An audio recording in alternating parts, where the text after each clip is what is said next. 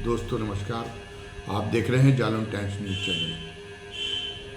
बात शुरू करने के पहले आपसे वही अपील करनी है, गुजारिश करनी है, निवेदन करना है कि आप हमारे चैनल को सब्सक्राइब जरूर करें, बेल आइकॉन दबा दें ताकि हम जो भी नया वीडियो डालें उसका नोटिफिकेशन आपको तत्काल मिल जाया करे।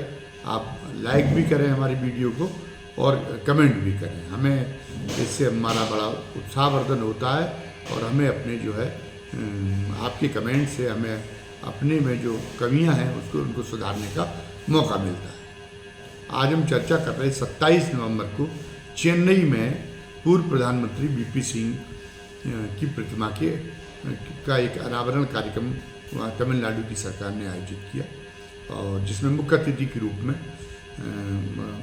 अखिलेश यादव को, उत्तर प्रदेश के पूर्व मुख्यमंत्री अखिलेश यादव को बुलाया गया। वीपी सिंह के नाम पर उनके अपने गृह राज्य उत्तर प्रदेश में कोई प्रतिमा अभी तक नहीं लगी और वहाँ से सुदूर दक्षिणी राज्य तमिलनाडु में उनकी प्रतिमा लगना एक बहुत बड़ी बात है, जहाँ पर उत्तर भारतीयों के खिलाफ बड़ा माहौल रहता है, हिंदी के खिलाफ बड़ा माहौल रहता है। तो तमिलनाडु के जो मुख्यमंत्री हैं वो भी हिंदी के विरुद्ध बड़े मुखर रहते हैं, लेकिन उन्होंने हिंदी अखबारों में ख़ास तौर से और हिंदी में ही ये जो अनावरण समारोह था वीपी सिंह का, इसके विज्ञापन प्रकाशित कराए, बड़े बड़े विज्ञापन प्रकाशित कराए और इस बात को प्रदर्शित किया कि वो केवल अपने पिता की तरह सिर्फ तमिलनाडु में सीमित नहीं रहना चाहते, अब तमिलनाडु तक सीमित नहीं रहना चाहते, वो राष्ट्रीय स्तर पर कोई अपने लिए कोई भूमिका तलाश रहे और उसमें उन्होंने जिनका सहारा लिया वो स्मृति वीपी सिंह की। उन्होंने लिखा कि हमारी सरकार वीपी सिंह की प्रेरणा से काम कर रही है। वीपी सिंह की तो वीपी सिंह का अपने गृह राज्य से इतना सुदूर दक्षिणी राज्य में प्रतिमा स्थापित करना एक बहुत बड़ी परिघटना मानी जानी चाहिए। वीपी सिंह की खैर उत्तर प्रदेश में क्या, किसी उत्तर भारत के किसी भी राज्य में प्रतिमा स्थापित होना कितना मुश्किल काम है, जब उनका नाम तक लेना दूभर है। कांग्रेस से इतना विरोध रखते हैं, नेहरू जी का से इतना विरोध रखते हैं प्रधानमंत्री नरेंद्र मोदी, लेकिन नेहरू जी तक को वो श्रद्धांजलि अर्पित करते हैं, लेकिन वीपी सिंह का नाम लेने से बचते हैं क्योंकि उन्हें पता है कि जो उनकी पार्टी की वर्ग सत्ता है, वो पार्टी की वर्ग सत्ता अगर वीपी सिंह का नाम ले दिया तो नाराज हो जाएगी। उसने तो ये घोषित कर रखा है कि वीपी सिंह का नाम लेना एक गुनाह बना रखा है, जैसे कोई बहुत ही धार्मिक रूप से बड़ा एक वर्जित हो उनका नाम, तो इस ढंग से उनको एक गुनाह करार दे रखा है घोषित रूप से और इसलिए कोई वीपी सिंह के नाम की चर्चा नहीं करता। और वीपी सिंह की 27 नवंबर को पुण्यतिथि होती। 27 नवंबर 2008 को जब मुंबई में आतंकवादी हमला हुआ था होटल ताज में, तो उस समय पे जो बहुत बड़ी वो घटना थी, तो उनके कई दिन से वीपी सिंह बीमार थे और उनका देहावसान हो गया। तो वो देहावसान की उनकी खबर कहीं गुम हो गई। वो खबर उसके जो मुंबई में आतंकवादी हमला हुआ था उसके सामने उस खबर की चर्चा तक नहीं हुई और ये बड़ा एक दुर्भाग्यपूर्ण रहा। और आज भी वीपी सिंह की पुण्यतिथि पर उनको कोई स्मरण करने की ज़रूरत नहीं समझता, क्योंकि भले ही जो लोग जो वर्ग उनके खिलाफ हैं, भले ही वो एक बहुत कम संख्या में हो, लेकिन उनकी प्रचार की शक्ति, वो अभी भी बौद्धिक नियंत्रण उसी वर्ग का है पूरे देश में। तो इसलिए जो बहुजन की ताकतें हैं जिनकी वजह से जिनको मजबूती देने का काम वीपी सिंह ने मंडल आयोग की रिपोर्ट लागू करके किया था, वो भी सहमी सी रहती, वे भी इस बवाल को टालती कि वीपी सिंह का नाम न लेना पड़े।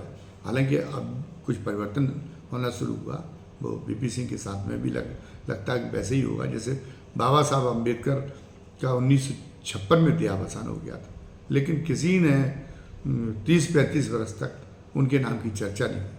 वीपी सिंह ने उनको जब भारत रत्न दिया 1990 में, तब वो फिर केंद्र बिंदु में आए।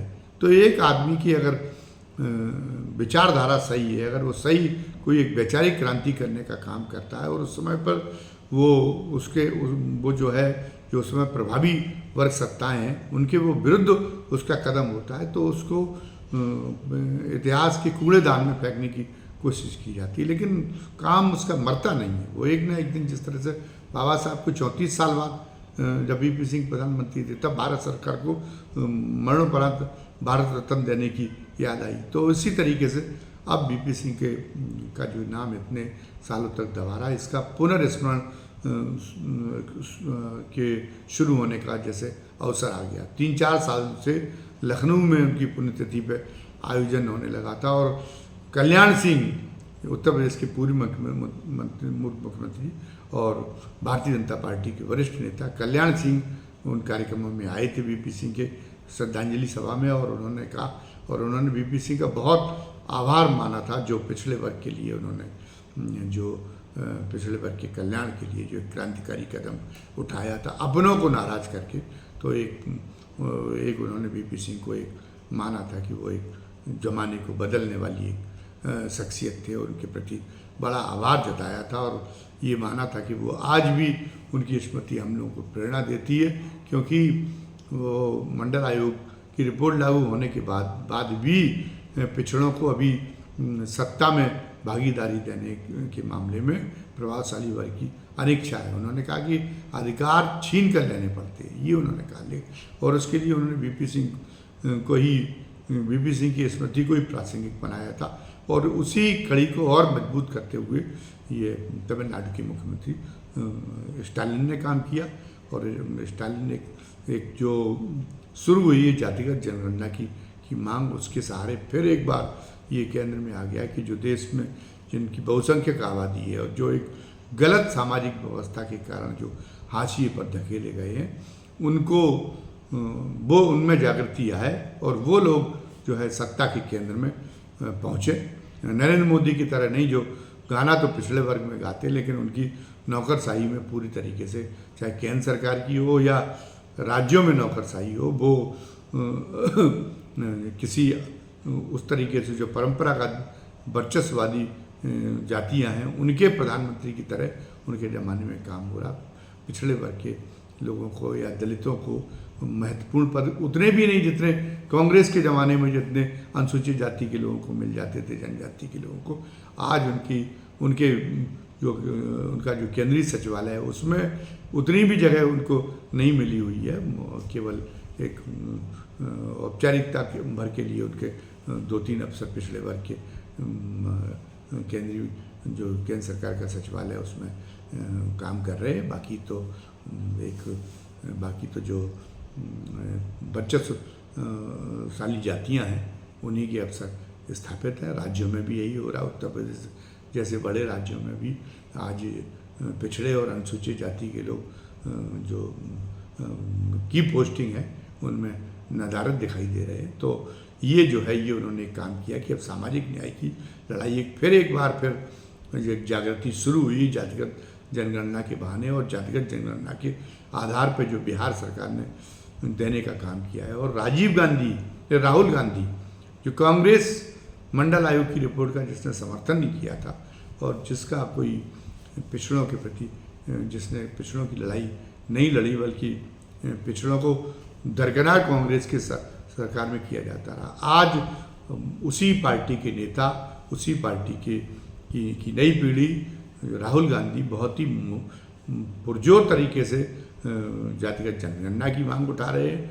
और पिछड़ों और अन्य वंचितों को सत्ता में समुचित भागीदारी के, चाहे वो प्रशासनिक सत्ता हो या राजनीतिक सत्ता हो, उनकी आबादी के अनुपात में भागीदारी दिलाने की हुंकार भर रहे हैं। तो ये एक नया वातावरण पूरी तरह से सर्जित हुआ है, और उससे जो मोदी के नेतृत्व वाली भारतीय जनता पार्टी की सरकार है वो उससे जो है डरी हुई है, आशंकित है, और उसको भी अपना रुख बार बार बदलना पड़ रहा जातिगत जनगणना से लेके और वंचित जातियों को सत्ता में भागीदारी देने तक के मामले में उसको भी अपना एक रुख बदलना पड़ रहा है।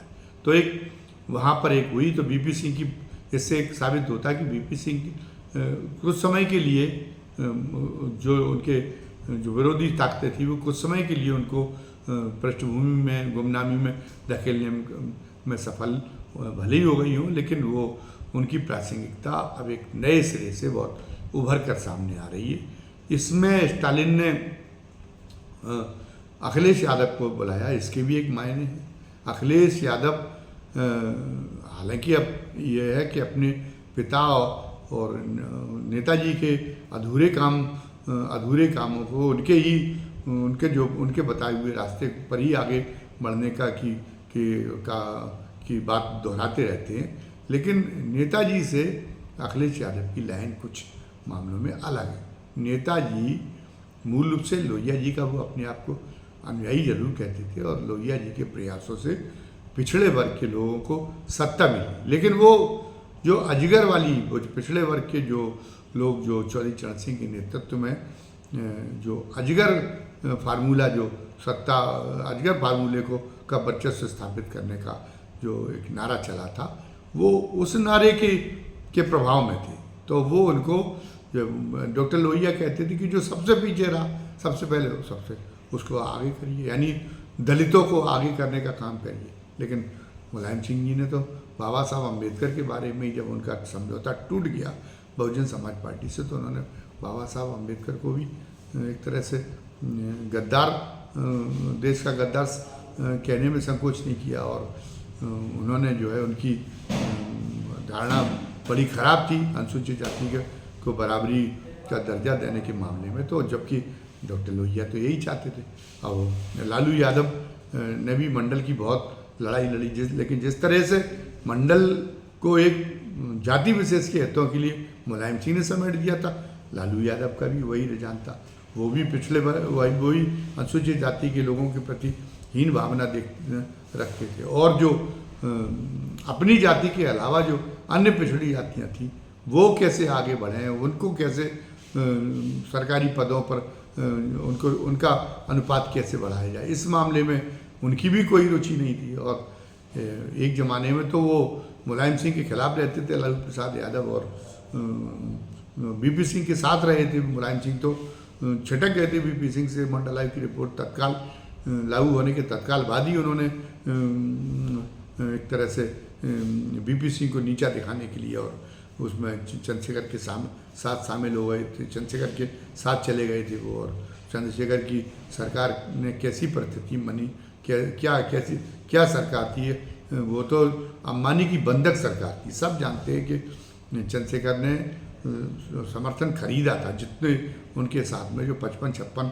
सांसद आ भी गए थे जनता दल के, वो एक खरीदे हुए लोग थे। वो कोई एक तात्कालिक रूप से एक गिरोह बन गया था सत्ता पर काबिज होने वाला। वो कोई उनका सैद्धांतिक आधार नहीं था। सभी को कैश में पैसा अंबानी ने दिया था और सभी जो सांसद उनके साथ आए थे उनको पेट्रोल पंप भी दे गया। तो बड़ी क्षणजीवी सरकार साबित हुई थी और प्रयास ये था कि बीपी सिंह को सरकार गरमाने के और उनकी सरकार बनवाने के पीछे के उनकी सरकार आ जाए तो ये जो मंडल का जो जिन्न बाहर निकला है, ये जिन्न को किसी तरीके से फिर बोतल के अंदर घुसड़कर और उसको बंद कर दिया जाए। लेकिन चंद्रशेखर ये नहीं कर पाए और नरसिंह राव से उसके बाद नरसिंह राव आए, उन्होंने अपना कार्यकाल पूरा भी किया।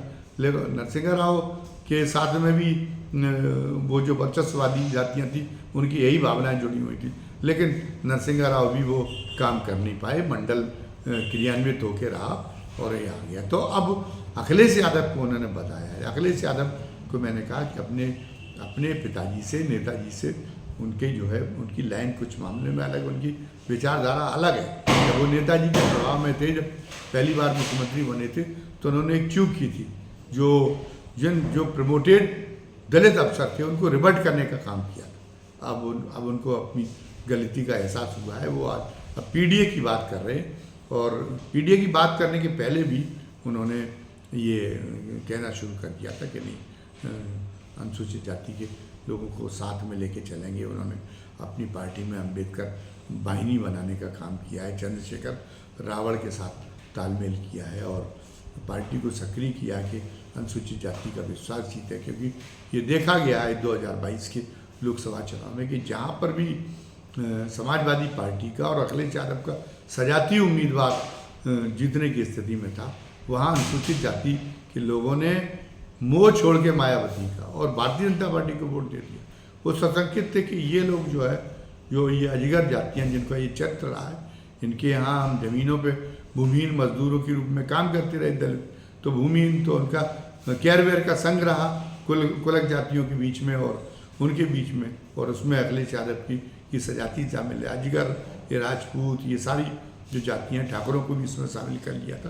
तो ये जो किसान जातियाँ हैं, किसान जातियों का कभी बहुत अच्छा तालमेल नहीं रहा, और ये उसको बाद में भी वो नहीं, राजनीतिक रूप से सफल हो जाने के बाद में भी उसको नहीं बुला पाए थे। पर अखिलेश ने ये माना कि उनकी चूक थी, उनके साथ में वर्चस्ववादी जातियाँ एक कहीं पे कोई क्षेत्र विशेष में समीकरण बन जाए तो आ जाए तो एक बात अलग है, वरना वो जो है वो जातियाँ हमारे साथ स्थायी रूप से नहीं जुड़ सकती। लेकिन अगर हम एक सामाजिक न्याय का एक बृहत्तर एक मंच तैयार करेंगे तो उस मंच में अनुसूचित जाति और जो वर्ण व्यवस्था से पीड़ित हैं, जिसमें अनुसूचित जातियों के साथ पिछड़े वर्ग भी आते, तो उनमें स्वाभाविक मत मिलता है और वो गठबंधन एक स्थायी गठबंधन हुआ उन जातियों का, और वो आगे चलने का कोशिश का काम करें। तो इसीलिए उनको तमिलनाडु के मुख्यमंत्री ने बुलाया। तो वो तो मुलायम सिंह जी तो वीपी सिंह से बहुत चिढ़ते थे, लेकिन वो वीपी सिंह को श्रद्धांजलि देने के लिए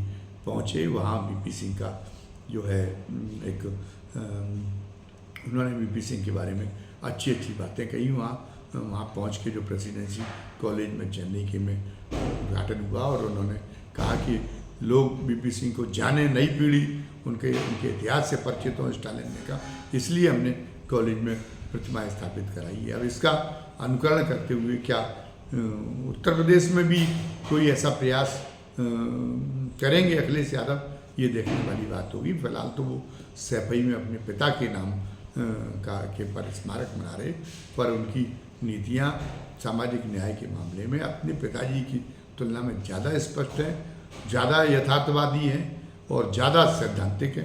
ये एक अच्छी बात है। तो ये गए तो अब ये क्या गुल खिलाती है वीपी सिंह को फिर से खड़ा करने का, फिर से सामाजिक न्याय के आइकॉन के रूप में देश भर में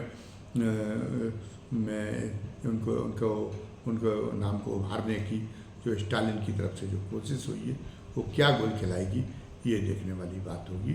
अंत में धन्यवाद कहने के पहले फिर वही अपील आपको दोहरा देना चाहता हूँ, फिर वही गुजारिश आपसे कर लेना चाहता हूँ, फिर वही निवेदन कर लेना चाहता हूँ कि आप हमारे चैनल को सब्सक्राइब जरूर करें, आप हमारे, और उसके बाद में बेल आइकॉन दबा दें ताकि जो भी हम नया वीडियो डालें उसका तत्काल आप तक पहुंच जाया करें नोटिफिकेशन।